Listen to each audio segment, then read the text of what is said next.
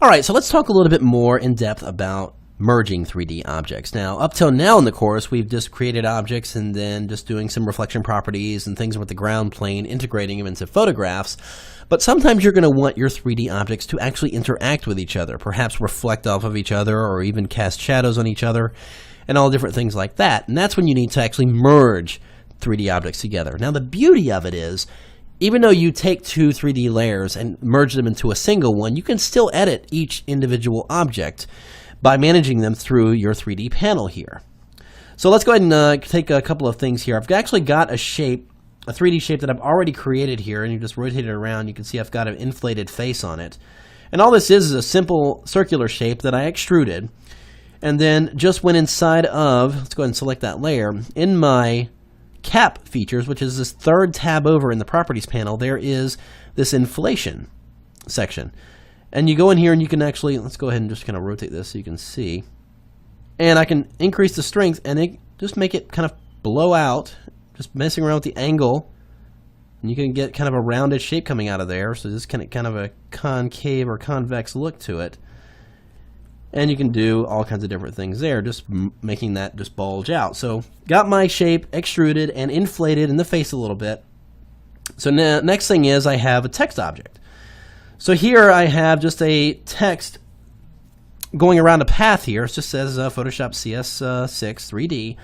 And this I'm going to go ahead and convert into a 3D object as well. So just go into 3D, new 3D extrusion from selected path.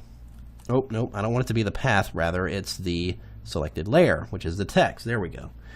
So you can see it extrudes it. The extrusion itself is a little deeper than I would like it to be. So let's select that Photoshop CS6 3D layer and just bring the extrusion down a little bit. There we go. So now you can see that this text is casting a shadow on the ground plane, but I actually want it to be interacting with my round circular shape behind it. But you can see here in the layers panel that they are two individual layers. So I'm not able to have those interact until I merge them together. So I'm going to go ahead and hold down the Shift key and select both layers. And with them both highlighted, I'm just going to go into the 3D menu and down here and choose Merge 3D Layers. Now you can see now the objects are merged together, and now the text is casting its shadow on that rounded shape. If I grab this and let's go ahead and just move our current view, you can see that it's protruding out of there and casting the shadow. I'm going to go ahead and take this and push the text back a little bit in space. Select that layer and just push it back here. I think my inflation is a little bit bigger than I want that to be. And this is the beauty here. Notice I'm modifying the text. Now I'm going to go in and modify that object. And let's just drop the inflation amount just a little bit here. Just a little bit. There we go. So it's not quite as much. And now those objects are merged together. So now I'm just going to add a couple of more properties here. If I go back into that front inflation of this rounded object, I'm going to increase the reflection quite a bit. And let's just take it up to 50. And at this point, I want to do a quick render and just see what I've got going on here. So I'm going to hold down Shift, Option, Command, R. Or press R, and then we'll go ahead and do a render, and you can see it's reflecting that element in the surface there. The shadow looks pretty good. It seems a little harsh. So let's go in there into the environment settings. And this is where you've really got to get familiar with all the different properties in here. Once two objects are merged together, they're going to interact a little differently, and you're going to see things really start to take shape differently. So all right, so we got the shadow here. Let's go ahead and just do another render. And we're looking pretty good. So merging the objects certainly gives you a little bit more room to play with. Reflecting properties, casting shadows, different things like that. In fact, I think I'm going to soften the shadows in this just a little bit. Let's bring that up to around 30. And there we go. So let's do that. So there we have it. So again, you can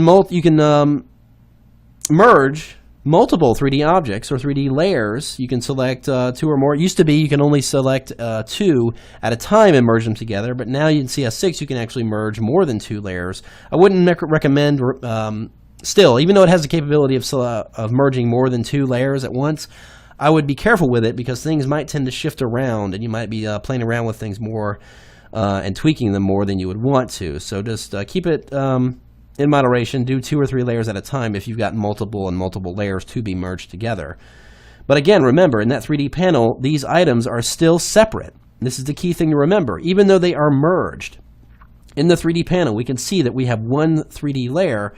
Here in the 3D panel, we still see those 2 individual line items. We've got layer 1, which is that background yellow shape, and then we have Photoshop CS6 3D layer, which is the text layer for that item. So we can go in there and even modify that text. Remember what I was talking about, even being able to edit the text after you've gone a certain distance?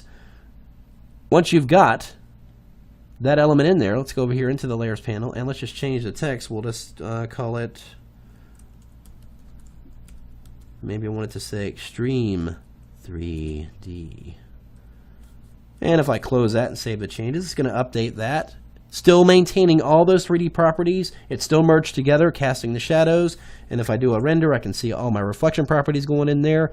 So numerous ways to take advantage of 3D objects. You can do impressive things with a single 3D object layer, and you can also merge them together to get some really interesting things going on with your images. And again, if we take a look back at this background desktop, this was created the exact same way. 2 rings that I created by extruding and revolving them, then applying some textures to them, and then getting really, really close in on them, merging them together so they interact. Notice it's reflecting itself here and it's casting a shadow over here, all created in Photoshop CS6 by being able to merge those objects together. Now, at this point in the course, we've gotten to where we know how, we're very familiar with creating objects, importing objects, and then positioning them and applying certain properties to them.